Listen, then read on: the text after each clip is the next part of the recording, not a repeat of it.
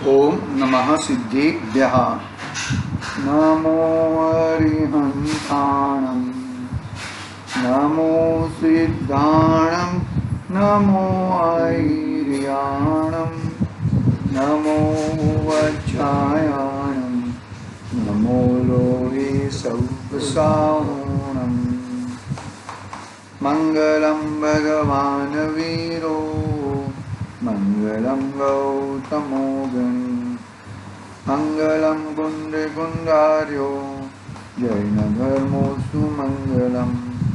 सर्वमंगल्यं सर्वकल्याणकारकं, प्रधानं सर्वधर्माणां जैनं जयतु शासनं, जैनं जयतु शासनं।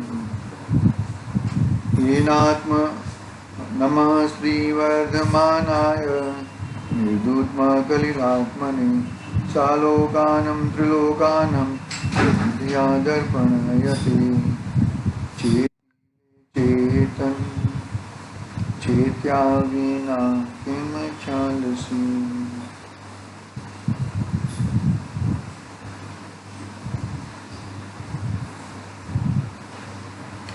आचार्य समदबद्ध देवधा रचित महान चरमन महान विस्तृत ग्रंथ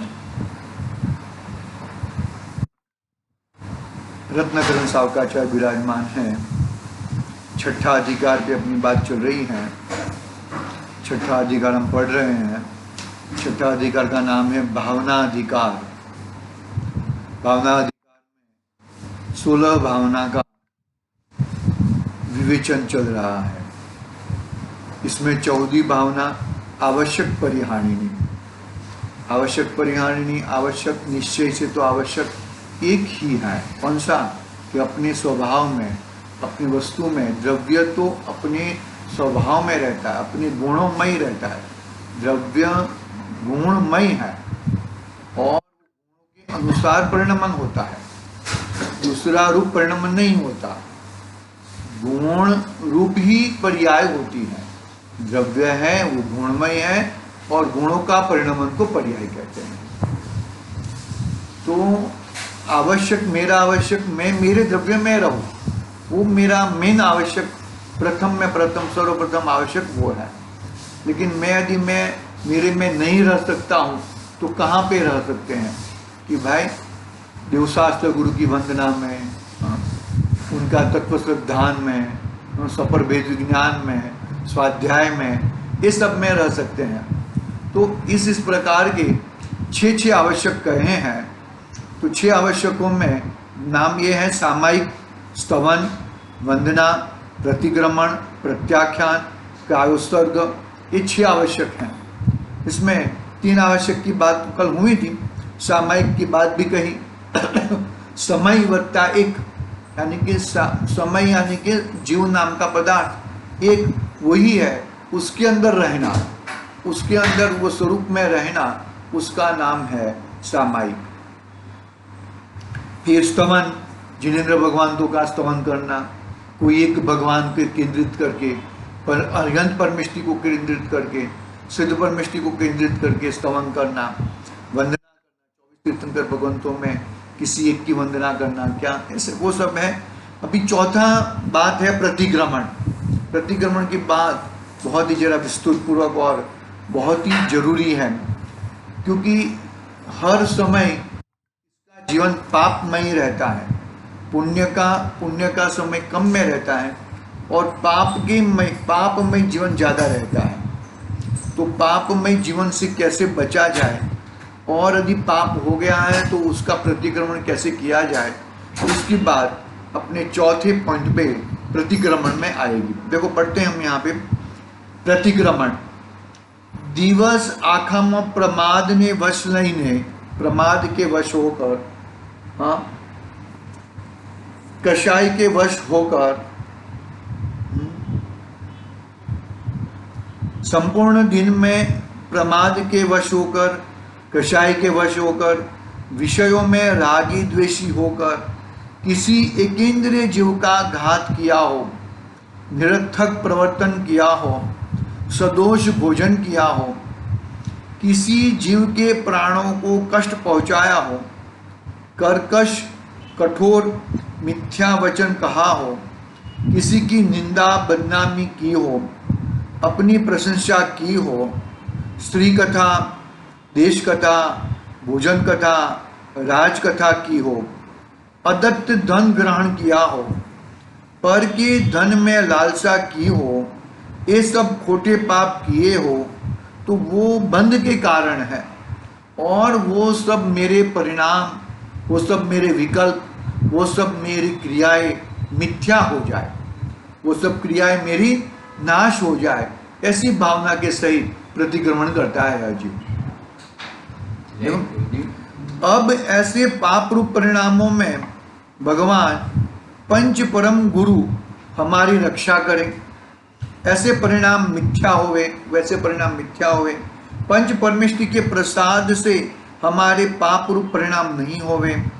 ऐसे भावों की शुद्धता के लिए क्रायोस्तक करके पंच नमस्कार के 9 जाप करना चाहिए। हमेशा हमें पंच नमस्कार मंत्र के 9 बार जाप करते हैं। इवन दो हम लोग सुबह में स्टोव, गैस का स्टोव चालू करें ना, तो भी नमस्कार मंत्र जाप के हमें गैस स्टोव चलना, झाड़ू करते हो, बर्तन धोते हो, वो सब, क्योंकि वहां पे ज्यादा जीवों की हिंसा होने की है, ज्यादा जीव रहते हैं, क्योंकि जो जीव हैं, तिर्यन चिकाई के जीव हैं ना, वो जमीन पे ही रहते हैं, जमीन में ही पैदा होते हैं, और हम देख कर न चले, ऐसा आगे पीछे प्रमाद से चले, वो सब करे, जीवों की दुख, मौत हो जाती है, दुख को प्राप्त होते हैं। तो ये सब बहुत ध्यान रखने जैसी चीज है। तो इस प्रकार संपूर्ण दिन की प्रवृत्ति को संध्या काल चिंतन करके पाप परिणामों की निंदा करना वह देवसिक प्रतिक्रमण है। पूरे दिन में किए हुए पाप, संपूर्ण दिन में संध्या काल को हम चिंतन करें, पाप परिणामों की निंदा करना चाहिए, वो देवसिक प्रतिक्रमण है। रात्रि संबंधी पापों को दूर करने के लिए प्रभात में प्रतिक्रमण करना वह रात्रिक प्रतिक्रमण है। तस्मिच्छामि दुक्कड़म कहते हैं हम लोग, वो सब है, व्यवस्था है, वो सब करना भी चाहिए। दिवस के पाप रात को क्षमा करना चाहिए, हम मुझे क्षमा करो, रात्रि के पाप सुबह में क्षमा करो। ये चरणान योग है भाई। चरणान योग में इतनी कड़क, वो तो तुम्हारा एक एक समय की परीक्षा करेगा, और करणान योग एक एक समय के परिणामों की परीक्षा करेगा। मार्ग में चलने में दोष लग गया हो तो उसकी शुद्धि के लिए जो प्रतिक्रमण किया है वह एरिया पथिक प्रतिक्रमण है। एक पखवाड़े के दोषों का निराकरण के लिए पाक्षिक प्रतिक्रमण है। 4 माहों को दोष का निराकरण के लिए चातुर्मासिक प्रतिक्रमण है। 1 वर्ष के दोषों को निराकरण करने के लिए संवत्सरिक प्रतिक्रमण है। समस्त पर्याय जीवन भर के समय के दोषों को निराकरण के लिए अत्य संन्यास मरण से पहले जो प्रतिक्रमण है वह उत्तमार्थ प्रतिक्रमण है। मतलब कि हमने संन्यास ले लिया है, समाधि की भावना बाली है, संलेखना ले ली है, तो जो प्रतिक्रमण किया जाता है वो उत्तमार्थ प्रतिक्रमण किया जाते हैं। ऐसे 7 प्रकार के प्रतिक्रमण हैं: देवसिक, रात्रिक, एरियापथिक, चातुर्मासिक, संवत्सरिक, उत्तमार्थ, और एक रह गया ना, देवसिक, रात्रिक, एरियापथिक, चातुर्मासिक, संवत्सरिक, उत्तमार्थिक, और कौन सा रह गया?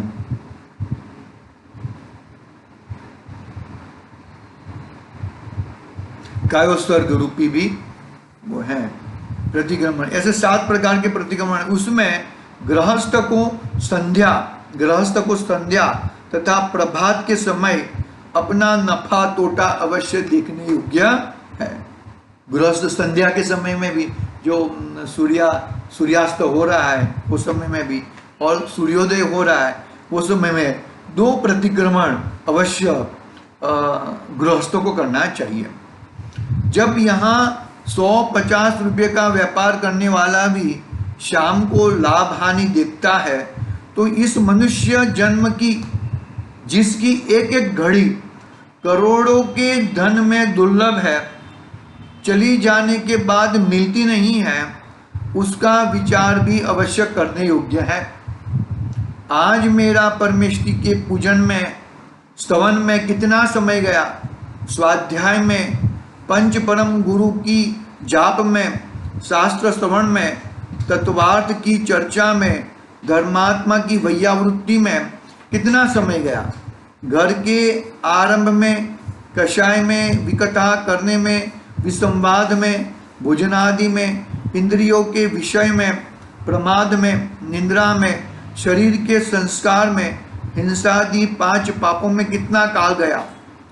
इस प्रकार विचार कर पाप में बहुत प्रवृत्ति हुए हो तो अपने को धिक्कार देकर पाप बंध के कारणों को घटाकर धर्म कार्य में आत्मा को युक्त करना योग्य है। पंचम काल में प्रतिक्रमण ही परमागम है, धर्म है। प्रतिक्रमण हमें निरंतर करना चाहिए। आत्मा के हित अहित के विचार में निरंतर उद्यमी रहना योग्य है। यह प्रतिक्रमण आत्मा की बड़ी सावधानी करने वाला तथा पूर्व में किए पापों की निद्रा करने वाला है। पहली बात तो यह है कि हमें इस प्रकार के विचार, इस प्रकार के विकल्प ऐसे नहीं करने चाहिए जिससे हमें बंध हो, जिससे हमें पाप हो। ऐसे क्रिया ही नहीं करनी चाहिए पहली बात तो। और ऐसी क्रिया कोई कारण अनुसार, कोई उद्यम अनुसार ऐसी कोई क्रिया हो गई है तो उसके लिए प्रतिक्रमण, मतलब ऐसा नहीं है कि प्रतिक्रमण कर लिया और पाप नाश हो गया, ऐसी व्यवस्था नहीं है। लेकिन प्रतिक्रमण करने से हमें क्या होता है कि भाई मुझे ऐसे दोषों के लिए क्षमा करना, मुझे कोई मजबूरन, कोई मेरी पापी पेट के सवाल के लिए या कोई मेरे कषाय से, मेरे प्रमाद से, इस सब की वजह से मैंने ऐसे कुकर्म किए हैं, तो कुकर्म किए हैं तो वो मेरे नाश हो जाए। पहली तो बात है कि वैसे कुकर्म नहीं करने चाहिए। कुकर्म यानी कि वैसे वाले कुकर्म की बात नहीं कर रहा हूँ। यहाँ पर तो हम सदाचार में जीवन जीते हैं, सदाचार में जीवन तो होना ही चाहिए हमारा, क्योंकि सदाचार में जीवन नहीं है और सदाचार जीवन जीते जीते भी बहुत सारे जीवों का वो हो गया है, घात हो गया है, बहुत अनछना पानी का यूज हो गया है, और ऐसे ही देखे भी गर्म चल गए हैं। तो ऐसे बहुत सारे जीवों की, देखो हिंसा है ना, हिंसा बहुत सारे 4 प्रकार की हिंसा है ना, आरंभी हिंसा, उद्यमी हिंसा, संकल्पी हिंसा। संकल्पी हिंसा का त्याग होना चाहिए। आरंभी और उद्यमी हिंसा तो होती है, वो तो श्रावक को कुछ समय को कुछ माफ है, माफ तो कुछ भी नहीं है, उसमें भी बंध तो लगता ही है, लेकिन आरंभी और उद्यमी तो रहती है। लेकिन संकल्पी हिंसा का त्याग होता है और उद्देश्य हिंसा, उद्देश्य और संकल्पी एक ही है, 4 प्रकार की हिंसा का। मतलब इसमें ये तुम्हारी कषाय कितनी है, तुम कितने जुड़े हो, वो हिसाब से तुमको पाप लगता है। पाप तो हर समय होता है, पुण्य तो कुछ समय के लिए होता है, बाकी तो बस 24 घंटों में 23 घंटों तो हम पाप के ही व्यापार करते हैं, पाप में ही हमारा जीवन होता है। तो फिर भी वो पापमय जीवन को कैसे बचे और ज़्यादा पाप ना हो, उसकी हमें बहुत ही ध्यान रखना चाहिए और उसको पापों से बचने के लिए प्रतिक्रमण हमें निरंतर करना चाहिए। ठीक है, प्रत्याख्यान वाला पैराग्राफ पढ़ता हूं मैं। प्रत्याख्यान और काव्य फिर सामयिक के 6 भेद है, वो कल पढ़ेंगे। देखता हूं मैं यहाँ पर, देखो समय तो है, टाइम है अपने पास। प्रत्याख्यान आगामी काल में पाप, आगामी यानी कि आने वाला काल, अभी आगे आने वाला काल, आगामी काल में पाप का आश्रय रोकने के लिए पापों का त्याग करना कि भविष्य में ऐसा पाप मन वचन काय से नहीं करूंगा। आगामी कालों में मैं ऐसा वर्तमान को इतना मजबूत बनाओ, वर्तमान को इतना मजबूत बनाओ कि भविष्य में किए हुए कर्म है वो उदय में आए तो भी यह जीव एकदम सांत्वन रहे, और सॉरी भविष्य भूत में किए हुए कर्म, और भविष्य में ऐसे कर्म ना हो जाए, इसके लिए वर्तमान को इतना मजबूत हमें बनाना चाहिए। देखो, आगामी काल में पाप का आश्रय रोकने के लिए पापों का त्याग करना कि भविष्य में ऐसा पाप मन वचन काय से नहीं करूंगा, वह प्रत्याख्यान नाम का आवश्यक है जो सुगति का कारण है। इसका पांच नंबर का हुआ। बिछट्टा कायोस्वर्ग, 4 उंगल के अंतर में, 4 उंगल के अंतर में दोनों पैर बराबर कर खड़े होकर, 4 उंगल के अंतर में बराबर पैर खड़े होकर दोनों हाथों के नीचे की ओर लंबे लटकाकर, देह से ममता छोड़कर नासिका के अग्रभाग पर दृष्टि जमा कर देह से भिन्न शुद्ध आत्मा की भावना करना, वह कायोस्वर्ग है। निश्चल पद्मासन से भी तथा खड़े होकर भी कायोस्वर्ग किया जा सकता है।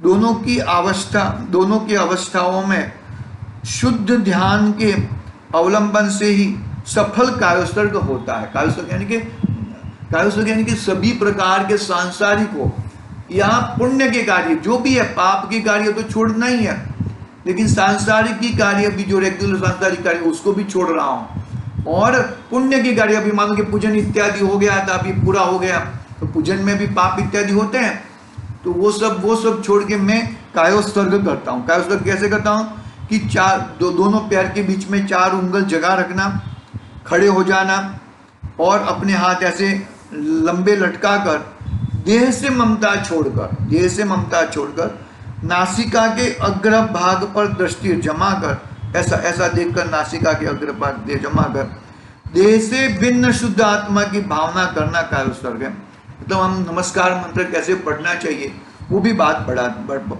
बताते हैं। निश्चल पद्मासन से भी और खड़े होकर भी कायोस्वर्ग किया जा सकता है, बैठे बैठे भी कर सकते हैं, पद्मासन में बैठे बैठे।